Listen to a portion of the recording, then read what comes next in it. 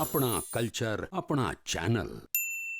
हमारी माटी हमारे लोग, हमारी माटी हमारे लोग। नमस्कार, स्वागत है आप सबका म्हारी माटी म्हारे लोग में। आज के इस प्रोग्राम में हमारी मेहमान हैं वो शख्सियत जिनका साहित्य में बहुत बड़ा योगदान है और विशेषकर हरियाणवी लोक साहित्य में। तो आज हमारे साथ हैं डॉक्टर रमाकांता जी।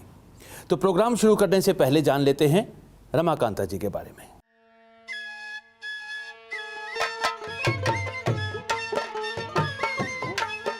लेखिका, गायिका, अभिनेत्री और शिक्षिका श्रीमती रमाकांता जी का जन्म करनाल के घरौंडा कस्बे में 15 जुलाई 1948 को हुआ। आरंभिक शिक्षा घरौंडा और करनाल से पूरी करने के बाद उन्होंने स्नातकोत्तर शिक्षा 3 विषयों हिंदी, गायन और फाइन आर्ट्स में पूरी की।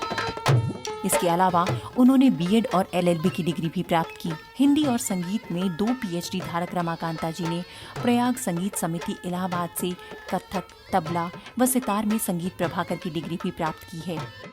लंबे समय तक शिक्षा विभाग में कार्यरत रमाकांता जी को शिक्षा व संस्कृति के संवर्धन के लिए महामहिम राज्यपाल द्वारा 3 बार सम्मानित किया जा चुका है। हरियाणा की संस्कृति और लोक गीतों पर अनेकों किताबें लिख चुकी रमाकांता जी को 2009 में हरियाणा साहित्य अकादमी द्वारा श्रेष्ठ कृति अवार्ड दिया गया। शिक्षा विभाग से बतौर खंड शिक्षा अधिकारी रिटायर होने के बाद वो आजकल लेखन और शोध कार्यों में व्यस्त हैं। मैम नमस्कार। नमस्कार जी। मैम, आप लिखती हैं। ये लेखन की जो कला है या लेखन का जो टैलेंट है, ये आपने अपने अंदर पहली बार कब पहचाना था? वैसे तो कॉलेज टाइम से ही, जब कॉलेज में पढ़ा करते थे तो वो कहते हैं ना कि जवानी में तो सभी शायर होते हैं। अच्छा। तो कुछ ना कुछ गज़लें पढ़ा करते, गालिब की या और बहुत शायरों की, और फिर कहीं से एक आधा नुक्ता मिल जाता था तो साथ साथ जोड़ भी लेते थे। लेकिन मैंने इश्क मुश्क की बातों की ऐसी ना तो मैंने शायरी की है, ना ही मैंने ऐसी गज़लें गाई हैं। और शुरू से ही मेरे मन में जो मैंने अगर कोई गज़ल भी गाई है तो क्योंकि मेरा देश के विभाजन के पश्चात जन्म हुआ था तो कुछ और तरह के जज्बात थे मेरे। तो मुझे याद है कि मैंने कहीं से किसी शायर की एक दो लाइनें सुनी थी रेडियो पर, वो मेरे जहन में घूमती रही बिल्कुल ही। और उसके साथ ही मुझे 2 लाइन में मैंने 2 लाइनें अपनी जोड़ दी। तो तब मुझे कॉलेज टाइम में पता चला कि भी मैं लिख सकती हूँ। तो मेरे घर में लेखन का माहौल था। अच्छा।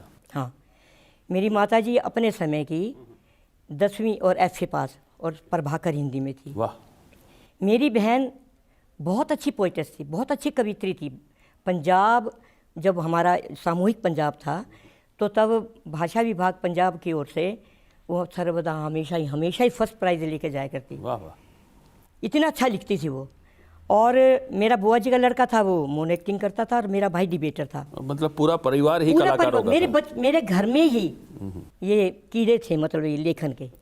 हाँ, मैं जब बिल्कुल तीसरी जमात में थी तो सबसे पहले मैं तीसरी जमात में कब रही होंगी, 53-54 में, 54-55 में, 56 में, ऐसा ही रही होंगी। तो मैंने पहली बार जब स्वतंत्रता दिवस मनाया गया तो मेरी बहन की लिखी हुई कविता पढ़ी थी। अच्छा। वो कविता की मैं 2 लाइनें आपको ज़रूर सुनाना चाहूँगी। जरूर। वह गोरा गोरा चला गया, अंग्रेजी छोरा चला गया। वह गोरा गोरा चला गया, अंग्रेजी छोरा चला गया।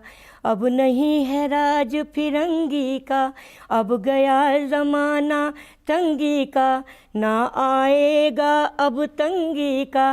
वह गोरा गोरा चला गया। मुझे अब ये सिर्फ 2-3 पंक्तियाँ याद है। बहुत अच्छी है। और ये भी कमाल की बात है कि उतनी छोटी उम्र में जो आपने गुनगुनाया था वो आपको आज भी याद है। और मुझे लड़कों के स्कूल के, जो बॉयज़ हाई स्कूल था वहाँ पर, मैं तो उस वक्त प्राइमरी सेक्शन में पढ़ती थी, 1 रुपया मुझे इनाम का दिया था। वो 1 रुपया मैंने कई दिनों तक संभाल कर भी रखा था। उस जमाने में 1 रुपया बहुत बड़ी बात। 1 रुपया इनाम का मुझे मिला। बहुत बड़ा इनाम था जी। वो। तो आप एक तरफ तो गज़ल में गा रही थी या सुन रहे थे, आपके घर में वो माहौल था, और बाद में आपने हरियाणवी लोक साहित्य में, लोक गीतों में शोध किया है। लोक गीतों में आपने किताबें लिखी हैं, आपने उनको संजोया है। तो ये गज़ल वाली दुनिया से और लोक साहित्य की तरफ ये झुकाव कब शुरू हुआ? गज़ल से इन्हीं से पहले, और देखे ना, जब हरियाणा नहीं था, पंजाब था, तब तो पंजाबी में गाया करते हैं। जी।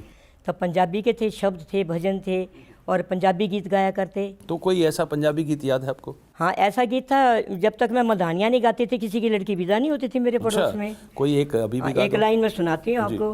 मदानियाँ हाय वे मेरे डाडिया रब्बा वे, किना जमिया किना ने ले जानिया, छोले बाबल तेरे महलों विचों सतरंगिया, कबूतर बोले।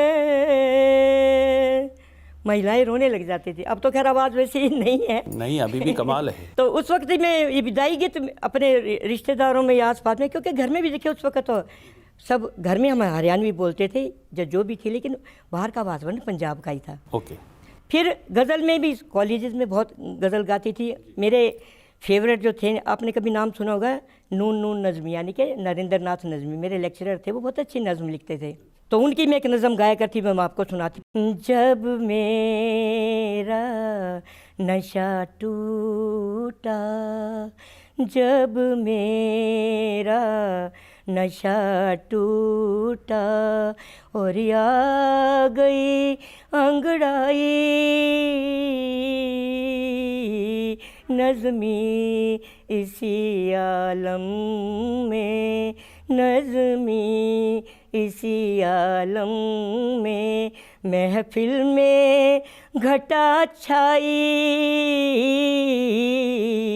जब मेरा नशा टूटा।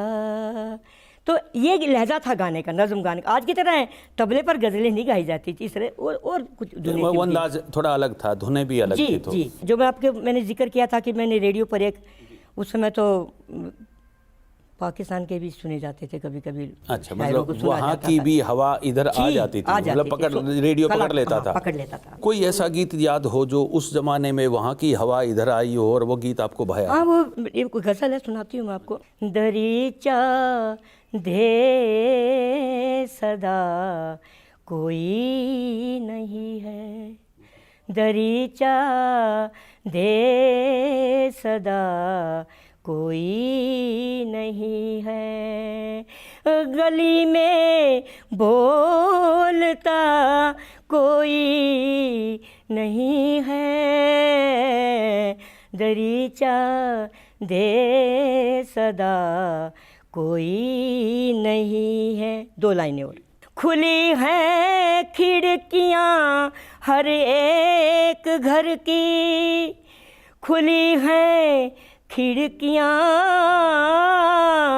हर एक घर की, पर उनमें झांकता कोई नहीं है, पर उनमें झांकता कोई नहीं है। ये पूरी गज़ल गाते गाते कई बार मैं रोने लग जाती थी।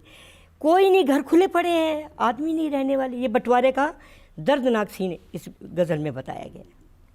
उस ज़माने में ये बंटवारे के कारण हुआ था, और आज अगर मैं माहौल देखूं, खासकर गाँव का माहौल, एक बड़ा पलायन हो गया है गांव से शहरों की तरफ। तो बहुत सारे गांवों में घर आज वैसे ही हैं जो अभी अभी आपकी इस में भावना थी इस गायन में, है ना, वो सीन आज भी हरियाणा में है। उसका बस कारण थोड़ा अलग है कि आज रोज़गार के कारण से ये शहरों की तरफ लोग आ गए हैं, गाँवों में घर कुछ ऐसे ही इंतजार कर रहे हैं।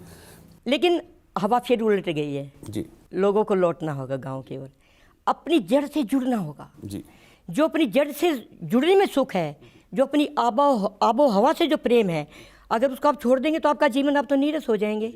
मैं अक्सर मैंने बचपन में भी एक गीत लिखा था, मैं आपको उसकी 2 पंक्तियाँ सुनाती हूँ कविता के रूप में। कारण ये है कि मैं छंदबद्ध कविताएं करती हूँ, तो वो कभी गीत बन जाता है, कभी कविता बन जाती है। बचपन की मीठी यादें मैं कैसे भूल जाऊं, वाह, बचपन की मीठी यादें मैं कैसे भूल जाऊं, मेरे स्कूल का वो आंगन या घर का छोटा आंगन, आंगन में बरसा सावन, मेरे घर में एक पीपल, पीपल की छाया शीतल, पेड़ों पे डले झूले मैं कैसे भूल जाऊं। भूल ही नहीं सकते।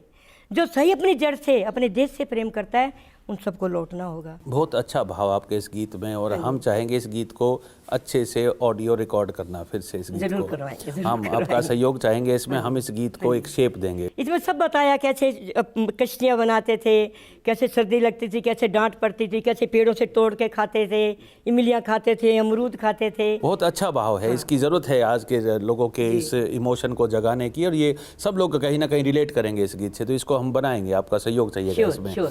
मैम, आपका गज़लों में, नज़म में, गीतों में इतना ज़्यादा रुझान रहा, फिर आप लोक शैली की तरफ जुड़े। आपने बहुत बड़ा लोक शैली के साहित्य को, लोकगीतों के साहित्य को संजोया है, उसको आगे बढ़ाया है। ये रुझान ऐसे शिफ्ट कैसे हुआ?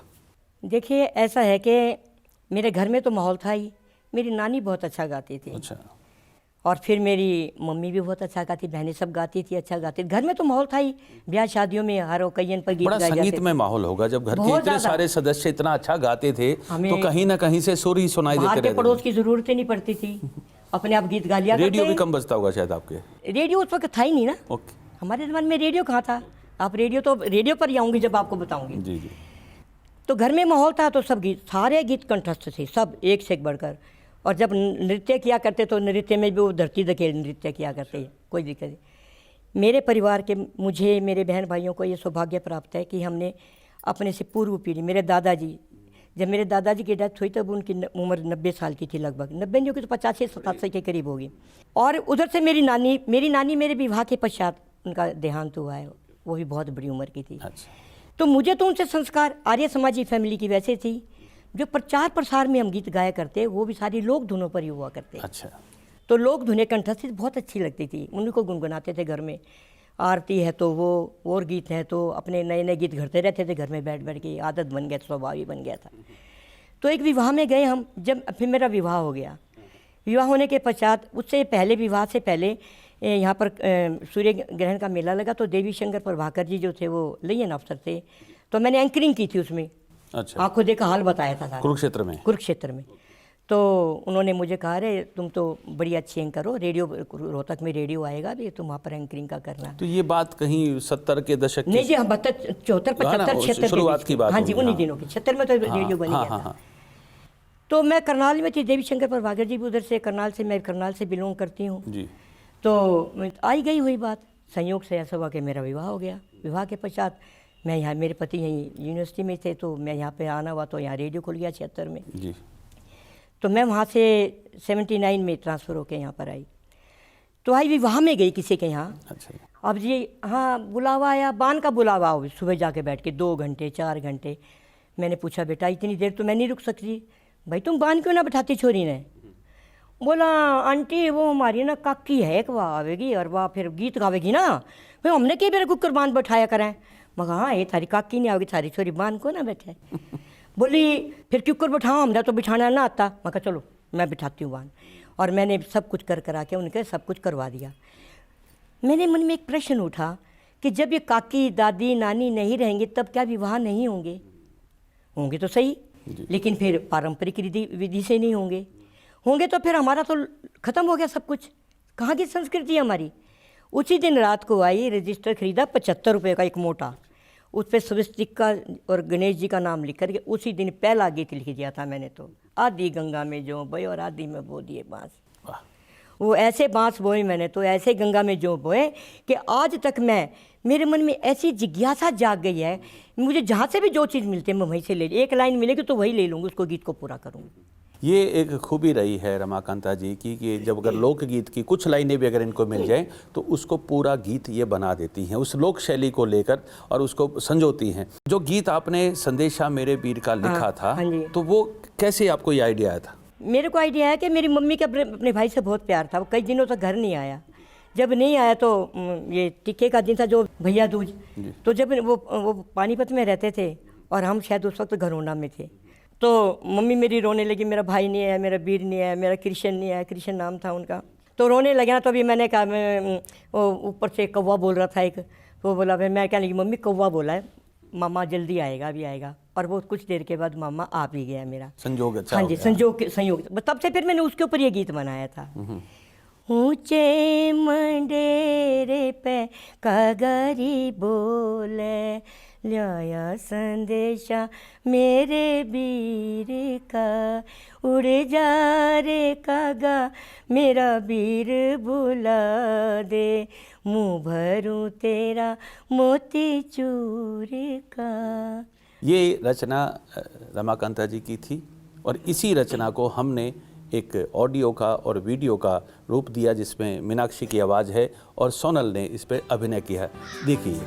ऊंचे मंडेरे पे कागारी बोले, लाया संदेशा मेरे वीर का, उड़ जा रे कागा मेरा वीर बुला दे, मुँह भरूं तेरा मोती चूर का।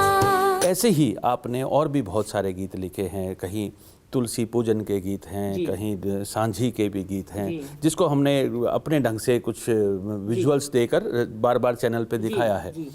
ये धरोहर आपने इकट्ठी कैसे की? इसमें आकाशवाणी का बहुत बड़ा योगदान है। फिर मैंने जैसे कि बताया कि मैं रोहतक में विवाह होकर रोहतक में आ गई, तो 80 में मैंने ऑडिशन दिया। तो ऑडिशन पहले मैंने गीत भजन गज़ल में दिया।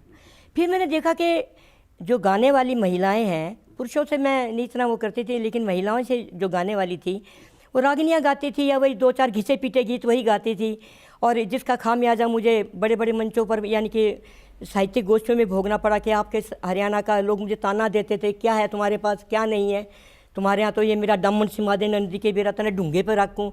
मुझे बड़ा क्रोध आता था कि मेरे हरियाणा का संगीत इतना मीठा है, मधुर है, फिर ये मेरे उसका तिरस्कृत दृष्टि से क्यों देखते हैं। तो फिर यहाँ पर आए तो जितने भी केंद्र निर्देशक आए, मैं सबके मैं नमन करती हूँ, वो जहाँ भी हैं उनको मेरा नमस्कार पहुँचे। वो कहते थे इन गीतों को मत गाओ, कुछ नया लाओ। अब जैसे पितरों के गीत नहीं है, मैंने पितरों के गीत लिखे। अब रक्षाबंधन के गीत नहीं है, तो मैंने ये रक्षाबंधन के गीत लिखे।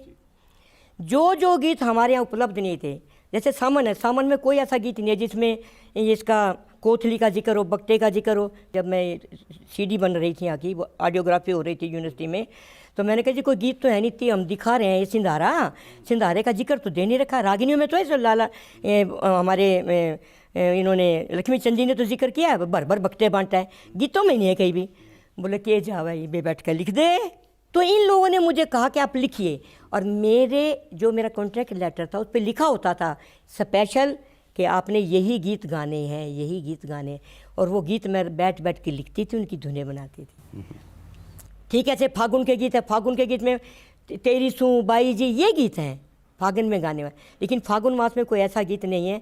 वो मैंने गीत लिखा था, हे रंगीली होली आई, हे रंग बिरंगी होली आई, मस्ती छाई, हे रंगीली होली आई है। आपने बहुत सारे लोकगीतों को संजोया है, इनकी धुनें भी लगभग आपको याद रहती हैं, ये कैसे संभव हुआ है? संभव ऐसे हुआ कि देखिए गीत तो संकलन मुझसे भी ज़्यादा शायद लोगों ने किया होगा। मैंने तो एक समुद्र से बूंद उठाई है, और हर बार मुझे ऐसा लगता है कि जितने मैं गीत संजोती हूँ उनसे और ज़्यादा ऐसे हैं जो अभी तक लुप्त हैं, किसी को मालूम ही नहीं है।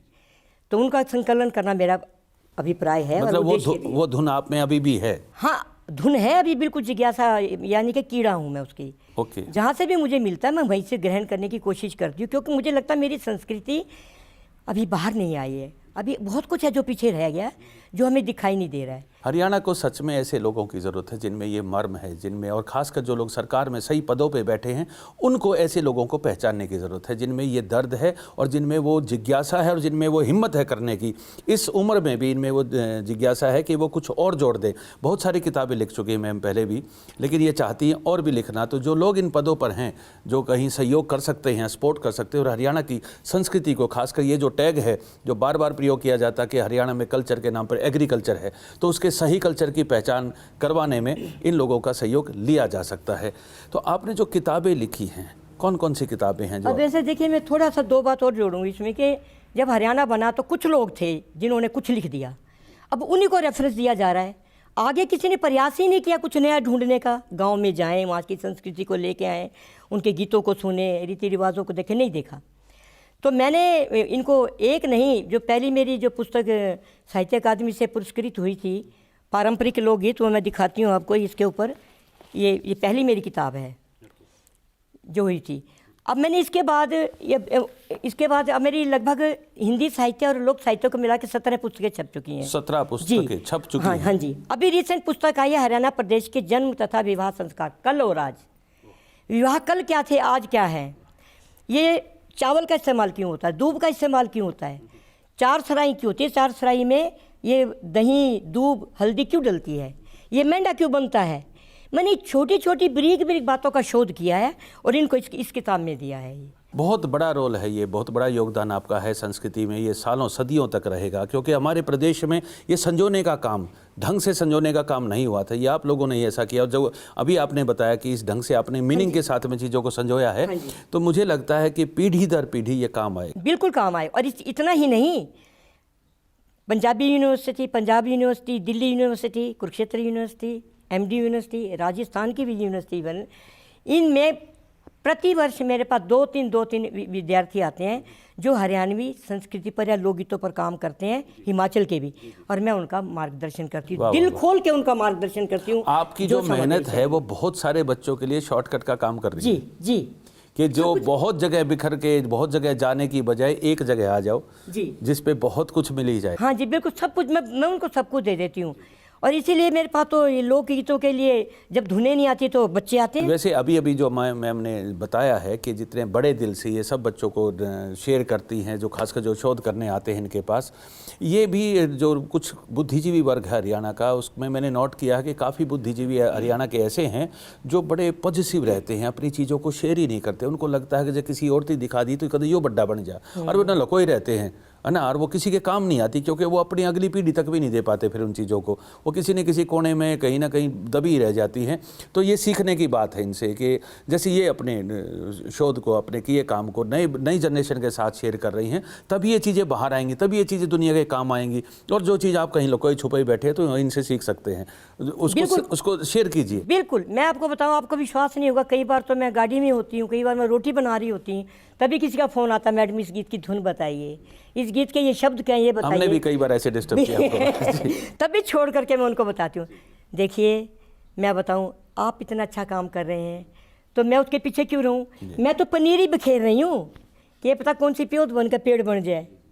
मैं रहूँ ना रहूँ, लेकिन कम से कम मेरी संस्कृति तो जीवित रहेगी, आने वाले बच्चों के अंदर उनको पता लगेगा। क्योंकि आपको देखो, इस बात से आपको सहमत होंगे ज़रूर कि जो आजकल के बच्चे हैं वो शोध नहीं करते, कहीं से गीत मिला उसका अर्थ नहीं समझेंगे।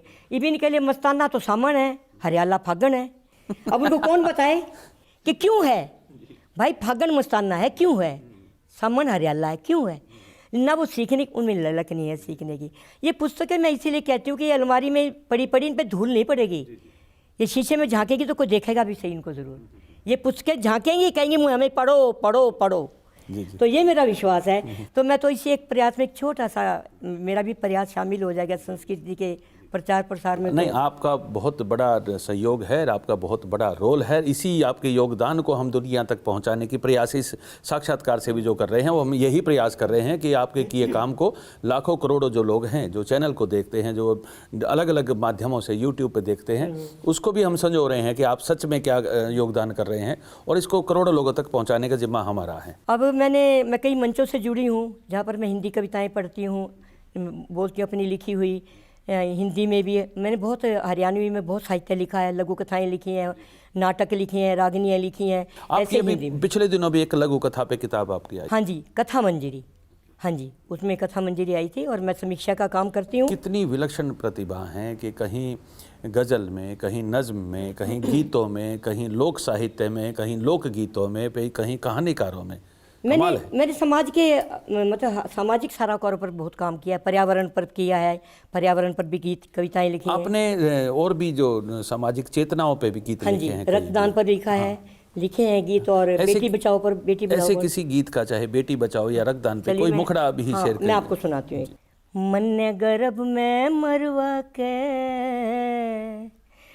जन्म लेन ते मत रोके, बहुत घना दुख पावे गिरी माँ अपनी बेटी ने खो के।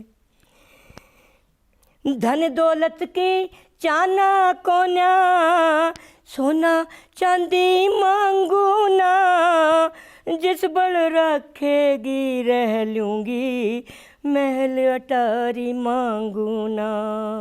बाप के बेटी ये गुदड़ लपेटी, तिल तागड़ी मांगू ना, रे करूँगी धंधा सारे घर का, नौकर चाकर मांगू ना। रूखी सूखी खा लूँगी रे माँ, रूखी सूखी खा लूँगी रे माँ, रात गुजारूं सुख तै सो के, बहुत घना दुख पावेगी रे माँ, अपनी बेटी ने खो के। गर्व से पुकार है एक बच्चे की। बहुत बहुत अच्छी भावना से, बहुत अच्छे भाव से लिखा है आपने ये। हम चाहेंगे इस गीत को भी चैनल पे चलाना। जैसे आपकी इच्छा। आप इसको पोएटिक ढंग से नरेट कीजिएगा, जी। वो ये वर्जन भी चलाएंगे और हम इसको गीत बना के भी चलाना चाहेंगे, अवश्य, किसी बच्चे की अवश्य। आवाज़ में, दोनों ढंग से बनाएंगे, क्योंकि ये भावना है, ये बार बार रिपीट होनी चाहिए, कहीं ना कहीं किसी मर्म को जगाएगी। और कोई एक बेटी की भी अगर जान बचाने में हम सक्षम होते हैं तो हमें लगता है कि हमने अपने ध्येय को पूरा किया है। मैं ये पूछना चाहूँगा लास्ट में कि कुछ ऐसा जो आप नई जनरेशन को देना चाहते हैं, कहना चाहते हैं, बताना चाहते हैं। मैं नई जनरेशन को बस यही बताना चाहती हूँ कि जब तक आप अपनी मिट्टी से नहीं जुड़ेंगे, अपनी जड़ों से नहीं जुड़ेंगे, माँ तो माँ ही होती, माँ मम्मी नहीं बन सकती। जब तक आपके मन में माँ माँ रहेगा तो तब तक आप जीवन में हमेशा सफलता की ऊंचाइयों को छुएंगे। माँ हमारी धरती है, धरती हमारी हरियाणा है, तो हरियाणा की संस्कृति से जितना आप प्यार करेंगे, इसके जो उज्जवल स्वरूप को आप सामने लाएंगे, इसके भ्रष्ट स्वरूप को नहीं, उज्जवल स्वरूप को लाएंगे, तो उतना ही आप जीवन में तरक्की करेंगे।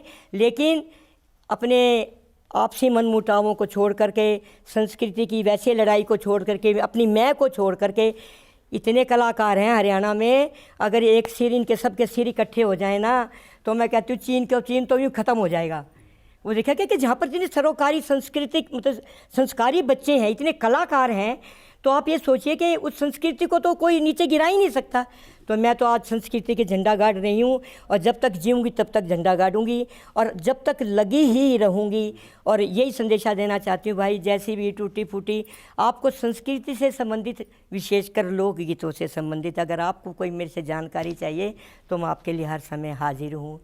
अब मैं आपका सेवा के लिए हमेशा तैयार हूँ। जी, बहुत ख़ास बात कही है, और ख़ासकर उन कलाकारों को जो कला के काम में कम और आपसी झगड़े में या एक दूसरे को नीचा दिखाने में, अपने आप को बड़ा बनाने के लिए वो अच्छा काम करने में कम समय लगाते हैं, दूसरे को नीचा दिखाने में ज़्यादा लगाते हैं। इनडायरेक्टली अभी भी कहा है मैम ने, ये शिक्षा दी है, वो लोगों के लिए नोटिस करने वाली बात है। जैसे इन्होंने शांत भाव में रहते हुए इतना बड़ा काम किया, इतनी बड़ी धरोहर संजोई है, इनसे सीखा जा सकता है, इनकी सीख से सीखा जा सकता है। दूसरा, इन्होंने रिलेट किया है कि संस्कृति को माँ से। तो भाइयों, जो भी कुछ काम आप करते हैं तो करने से पहले ये लाइन जो इन्होंने कहा है, माँ रूप को याद कर लेना, फिर मुझे ऐसा लगता है कि शायद आप ओछा काम करने से बचेंगे, क्योंकि अगर आपने उस काम को अपनी माँ का दर्जा दिया है। तो बहुत अच्छी बातें आपसे सीखी, समझी। समय थोड़ा सा कम रहता मैम प्रोग्राम का, फिर किसी दिन बैठेंगे, फिर क्योंकि आप जैसे गुणी लोगों की बहुत सारे आयाम हैं, हम उन सब पे बात करेंगे। तो आज आपने समय निकाला, इसके लिए बहुत बहुत धन्यवाद। नमस्कार। नमस्कार।